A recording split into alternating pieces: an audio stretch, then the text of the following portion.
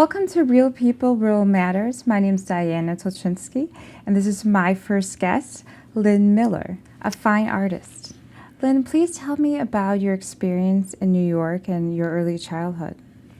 Well, I grew up in the Bronx, and my parents always encouraged the arts. And when I was in middle school, I decided that I wanted to go to a specialized high school for people that were gifted and talented in music and art. So I needed to get a portfolio prepared for an entrance requirement to go to the High School of Music and Art. And I took lessons at the Art Students League in Manhattan for about a year prior to having to put together this portfolio. And then I was very honored to be accepted into this prestigious high school, which was, like I said, for gifted and talented students in both art and music. And it just gave me such a good foundation in the fine arts and a lifelong passion, you know. How many pieces did you do like your senior year? Do you remember that, like for your portfolio to get into university?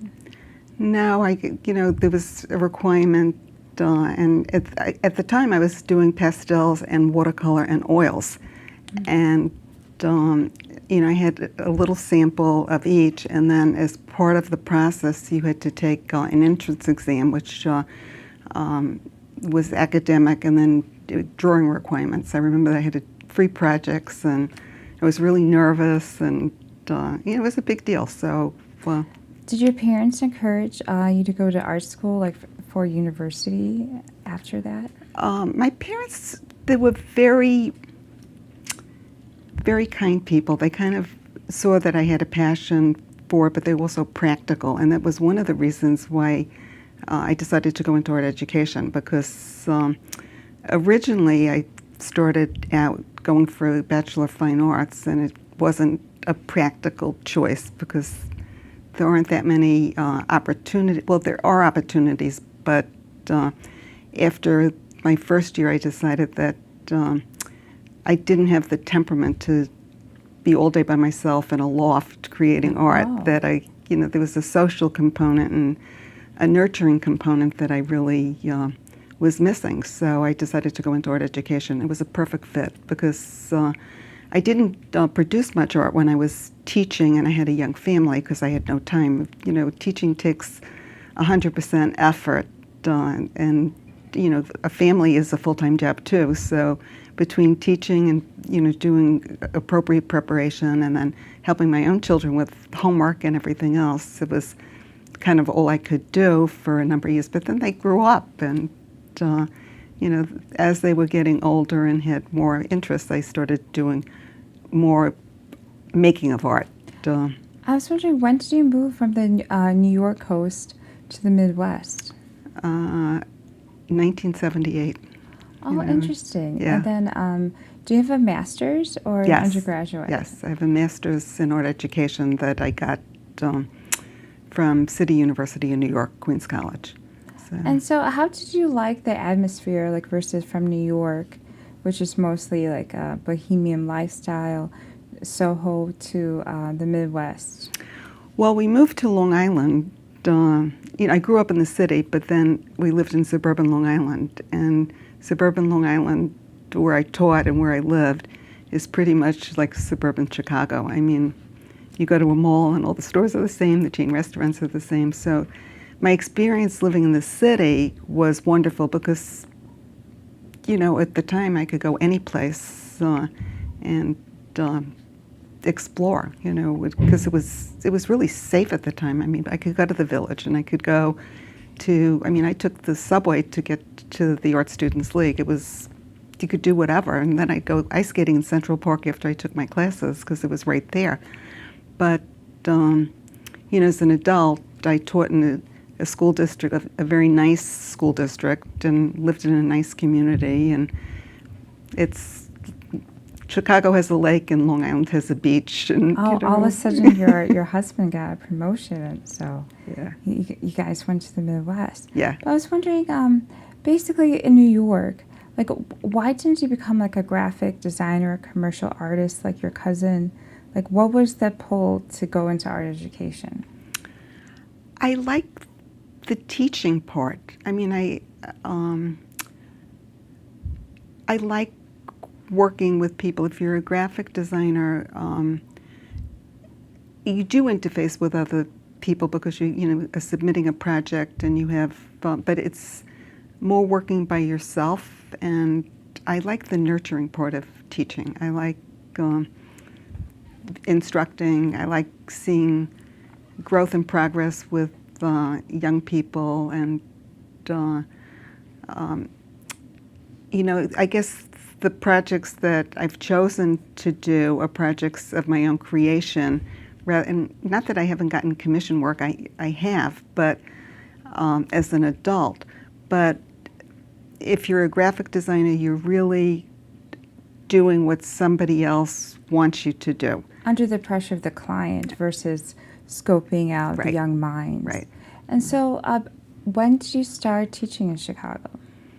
When I moved here in 1978. And how young were the children? Well, when I was at Westbrook, it was a K-6 school, so the range was from 5 probably to 12. And then Westbrook became a K-3 school, and Glen Grove became a 4-6 school. So Glen Grove became my primary school, so I was dealing with 4th, 5th, and 6th graders. But I was traveling to Westbrook a day a week or a day and a half a week because the enrollment wasn't enough at Glen Grove for a full-time art person. And then later, a number of years later, I was at Glen Grove full-time. And then Glen Grove became when they built a TIA, it became a 3-5 school. So. And then, like, how many people were in a classroom for your art? Like, how was the curriculum? Were you teaching basically novices or intermediate artists?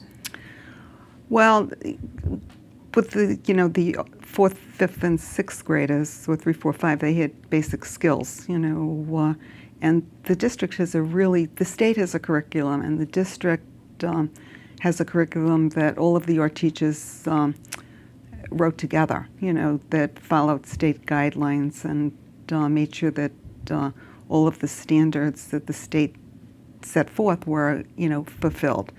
And then we could be within the parameters of what the state and the district wanted us to teach. We had total flexibility and creativity to do projects that satisfied the requirements. It was really fun. It was fun. It was fun. And the kids had fun. They used to like coming to the room. And the average class size maybe, was between 24 and 26 at that grade level. And then the special education children would be mainstreamed into my room. So sometimes my classes might be a little bigger.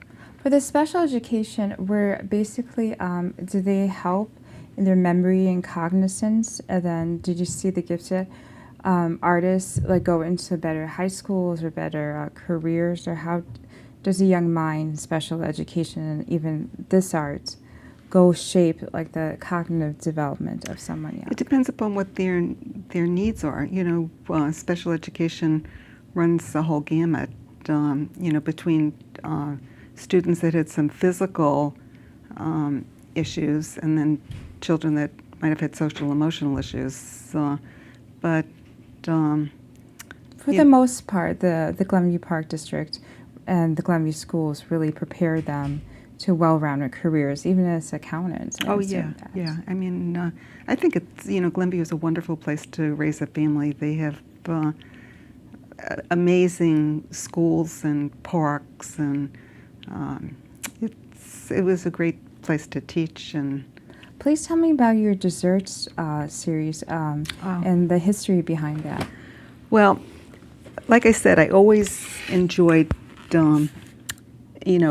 painting, and then it's so colorful. It looks very realistic. Thanks. It was very good too. You realize that I had to buy the desserts, and then I took pictures of them because I can't paint it fast enough. But my dad was really very ill for about 4 months, and He lived to be 93. He was Wow. very healthy to the last 4 months of his life. Mm-hmm.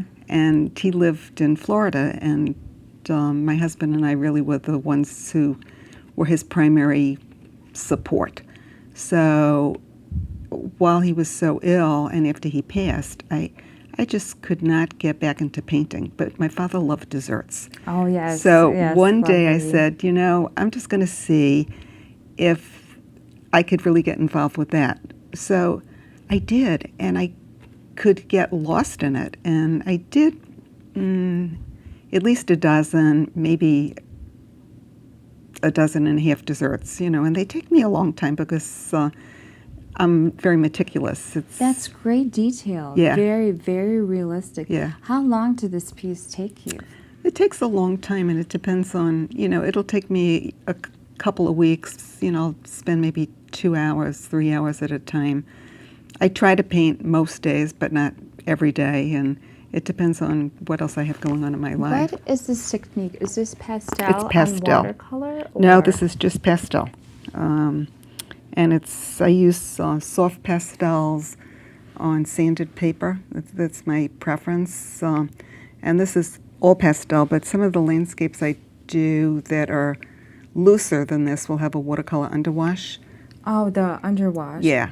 Where do you get your supplies? Do you have a favorite store or a specific line that you prefer? Yeah, there are certain brands I prefer. For watercolors, well, if I'm shopping locally, I go to Dick Blick. They have, big stores, and it's easy to kind of run in and get what you need. And if I shop online, I use an assortment of places that, whoever has a good sale, either Cheap Joe's or Jerry's or Dick Blick. If I need a whole bunch. How many series of the dessert do you have? How many different type of pieces do you have of these? I know I sold a number of them, and I know I had 8 at the Glenview Public Library, and I had a couple of verticals. I probably have more than a dozen left, and I know I made maybe 18, well. Did you ever have work that was commissioned for anyone or one a specific? Yeah, because I did the art fair, so I did a couple of commissions of people that wanted. Some of the things I do are architectural, houses and things like that. So I did get some commissions from the art fairs, people that wanted me to paint their house, or somebody wanted me to paint the church where his daughter was married. So. Do you ever do portraits or landscape art? No portraits. I've done landscape, and then Dick Blick commissioned me to do their studio line of pastel boxes. So I did a series for them. One was floral, and then I did a series. One was butterflies, and then I did landscapes. And they have those pictures on the boxes in the store, and then they have them framed in the studio in Highland Park, in the store in Highland Park, the corporate headquarters, not the store. How do you like still life? When did you get into that, or? I like still life. I go to farmers markets and I'll take pictures, or I'll have things on the table. All of a sudden I've cut a peach and it looks interesting, so I want to paint it, or I have a basket of apples. I've always liked still life. And did you ever want to get into digital photography, or what type of equipment do you use? I used to have my film camera was a pretty decent SLR camera. And it needed to be good because at the time, in the dark ages, to get into jury show, yes, now you had to have slides. The transparencies of all your work, I remember Yeah. that, like the 80s and the 90s and even the 70s. Right. So everything I photographed was, with the SLR camera. And then I paint from my photos. So that particular camera had, a good macro lens that I could screw on for flowers or detail things that, because I was doing a lot of close-ups at the time. And then it would have a long lens. A long lens, a macro lens. Yeah. If you're doing like this fine art. Please tell me more about Is this like an orchid, or what type of It's flower is this? It's a lily, and I go to the Botanic Gardens all the time. It's one of my favorite places to go. So, these might have been from the Chicago Botanic Gardens, but it doesn't make any difference where we're traveling. I always make sure to go to gardens, and I do. Some will be flowers and landscapes, and then I'll do the whole scene, and then some will be just close-ups of flowers. So. And Lynn, are you published anywhere, like any books or anything like that? Any like self magazines or digital magazines? The only thing I've been published in, I've done a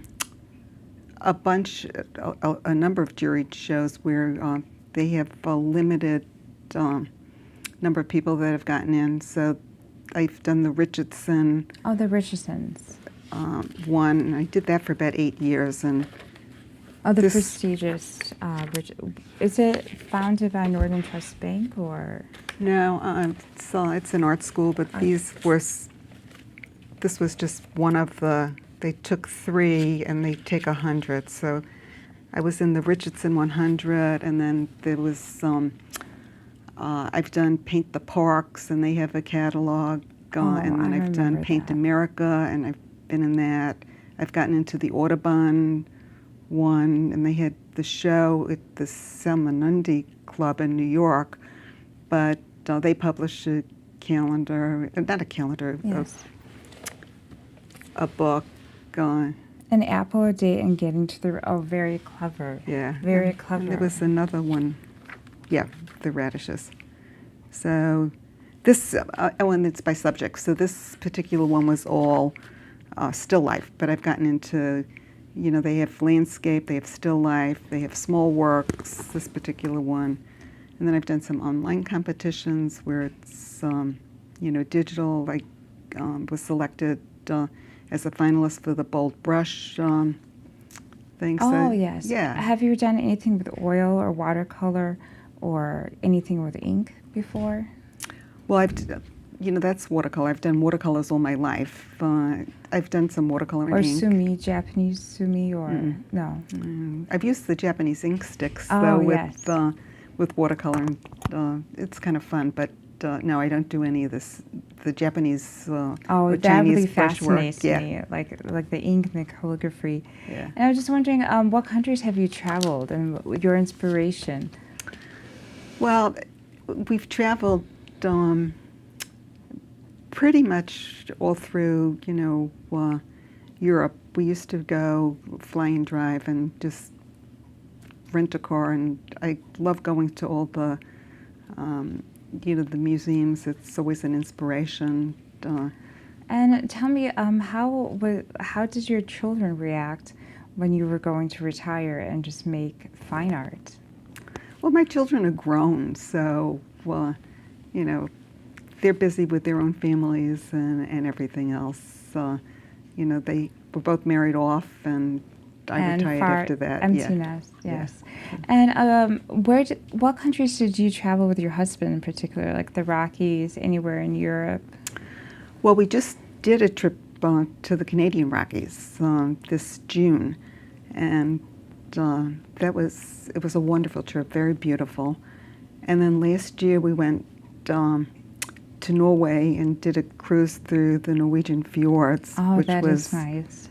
Breathtaking. Did you see the ocean, the sea, and did you inspire to do anything else? Yeah. I mean, I come home and they're kind of mini series because right now I'm doing, and it's mostly watercolor underpainting pastel on top of the mountains and the water in the Canadian Rockies. And then last year when I got home, there were just so many beautiful scenes, and those I did mostly watercolor. I did some pastels, but mostly watercolor. And speaking of watercolors, like for anyone, do you have any advice for high school aspiring teachers or college students?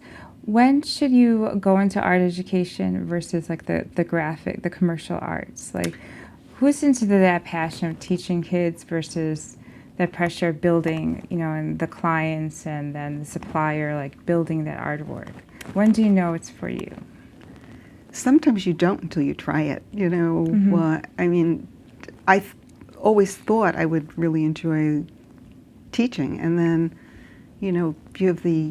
you're a student teacher, so then it's your first real experience in the classroom where you're on your own. Not that you haven't visited schools and, have been introduced to it, but it's a whole different ballgame once you really Have the 28 students, Yeah. and they all have to pass, and they all have to go up from the state requirements. I know Glenview makes a really phenomenal type of district. I'm not sure about New York, like Yeah. your earlier years. Oh, But yeah, yes. it was really good. Do you have any universities or the Art Institute or any places you recommend checking it out, or what's the process of enrolling? I remember we were talking about your senior projects, how you had that passion. Yeah, well, I mean, so much is individual. Here probably the best school would be the Art Institute of Chicago. But if you're into arts, Columbia College Yes. is also a Yes. good school. So it's a question of what your interests are. I mean, there's so many fine schools. Rhode Island School of Design is right up there. Pratt Yes, and Parsons Parsons in School New of York. Design is, so it all depends upon what your interest is, how far you want to be from home, whether you're more interested in fine art or commercial and art. funding, and then And basically your finances, parents. yeah, Your parents, and then spousal and family Right, issues. right. Do you have any kids that come back to you from the high school or the grade school saying that, thank you again, Lynn Miller? Well, in the beginning, yes, but I've been out of the school for so long. I retired in 2005. So when I was still teaching, there were youngsters that came, back. And, I was in the district so long, if you had a family of 2 or 3 or 4 kids, I was involved with that family for a number of years. Oh, So, that's a great growth plan. yeah. And, there was one reason why I liked to do the Glenview Art Fair, because I would see, parents of students of mine, and sometimes they would come with their children. And Oh, even yeah. Oh, even now. yes, Yeah. even now. I Yeah, mean, it would be last nice year, to see one them. of the gals I had, her student, and she was interested. I had an art club, and her daughter was particularly interested in art. So she stopped by to see me with her daughter, so that was Oh, really kind of fun. Second generation students. Yeah, That's yeah. wonderful. Yeah. And are you part of the Glenview Art Guild? Yes. How many years were you part of the Glenview space? And A long time, probably 15, 20 years, Well, it's been a while. And have you ever thought about being an art therapist or doing healing arts? I have, and I think if I didn't go into teaching, when I started, that was not really, it was like a job that really people hadn't thought much about yet, and then it really became something that can touch Yes, I students. understand. So Rehabilitating them Yeah. and focusing on their mind. And maybe they will become digital artists, right. even working somewhere as a fine artist. But So- I think art therapy and music therapy, it's the only way to reach some students or patients, whether they're young or old. I mean, sometimes, art therapy is... It's key in Alzheimer's, I understand, yeah, dementia I was just patients. in yes. aging. I mean, people that can't remember what they had for breakfast, or if they're Yes, married or not yes. married, will sing all the songs from the 20s and 30s and 40s. I mean, they really have found a link between Recognition, art and music yes. and the mind that has failed in so many other ways. Yes. So yeah, I'd be interested if I had it to do all over again. It would be something I might explore. Lynn, please tell me about fine artists also on a shoestring budget and really upscale pieces. What type of materials do you recommend, and where do you find it? Hunting in the Blix or on the internet? Where would you find these things?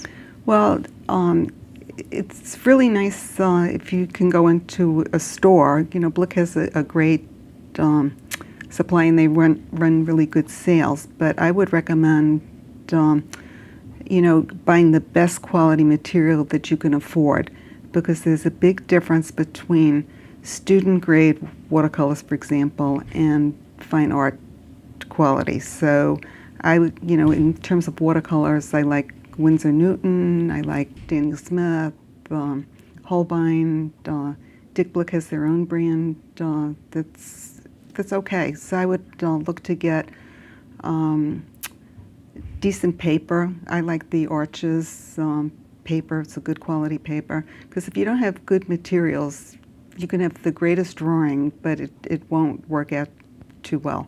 And the same thing with pastels.